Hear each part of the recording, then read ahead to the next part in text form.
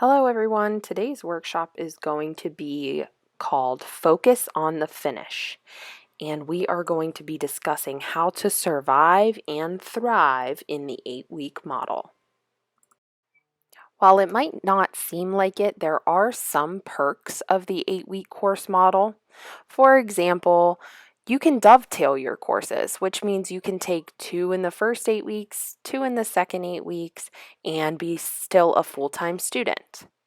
Additionally, you'll never get bored of your classes because you only have 8 weeks to focus on them. And that means that you will also never burn out. These are all really important things, especially when you're doing the 8-week online model. And you might be asking yourself why I say that. And I say that because sometimes the online 8-week model is really tough. So keeping these positive things in mind will help you get through the class. There are some important skills that you will need in order to succeed in the 8-week class. For example, the first one is time management skills, because this is all based on you and you don't actually have a class time. You have to be able to manage your time to make sure you have time for the class. You also need discipline, the ability to sit down and do your work without having any distractions. It takes a lot of discipline.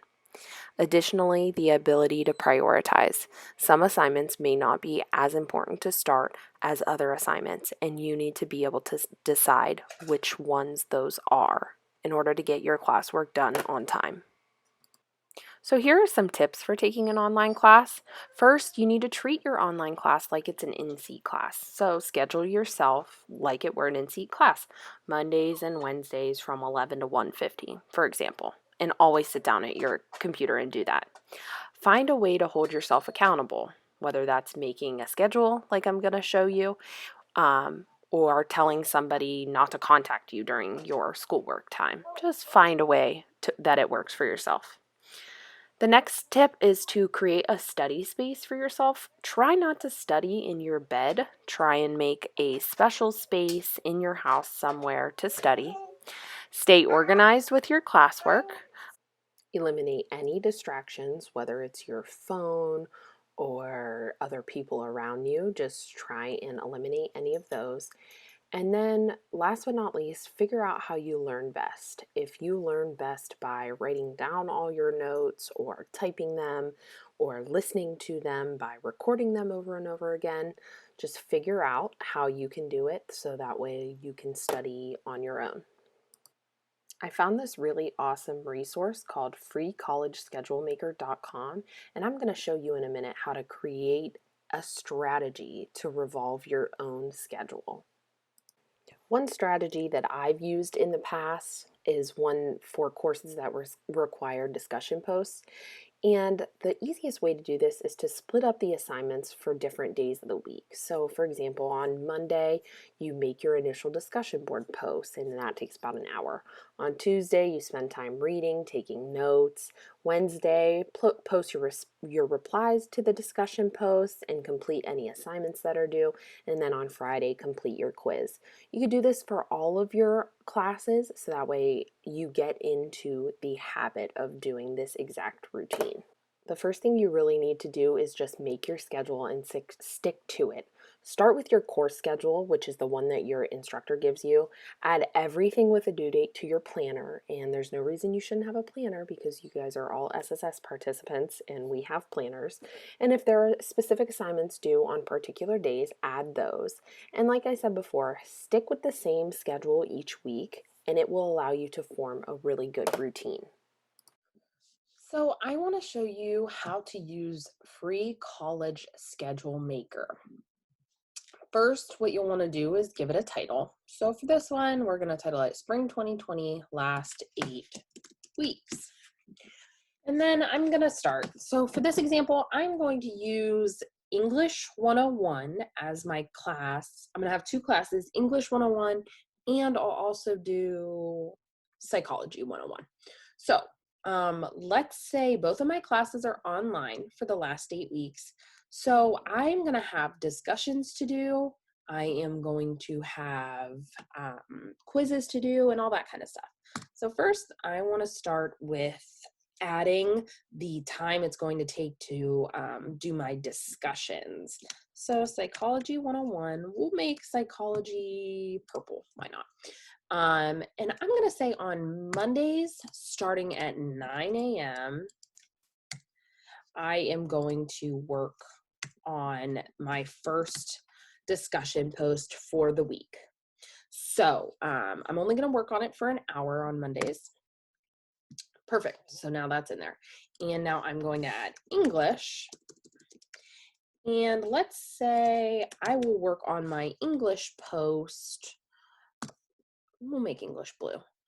Directly after that from 10 to 11 on Mondays. And this will be good for me if I worked in the evenings. Perfect. So even if you wanted to, how to use this, you can edit the item by clicking on Psychology, for example. And in here, I want to add discussion. This is on my first discussion post, just so it keeps me on task. And I'm going to do the same thing for this one.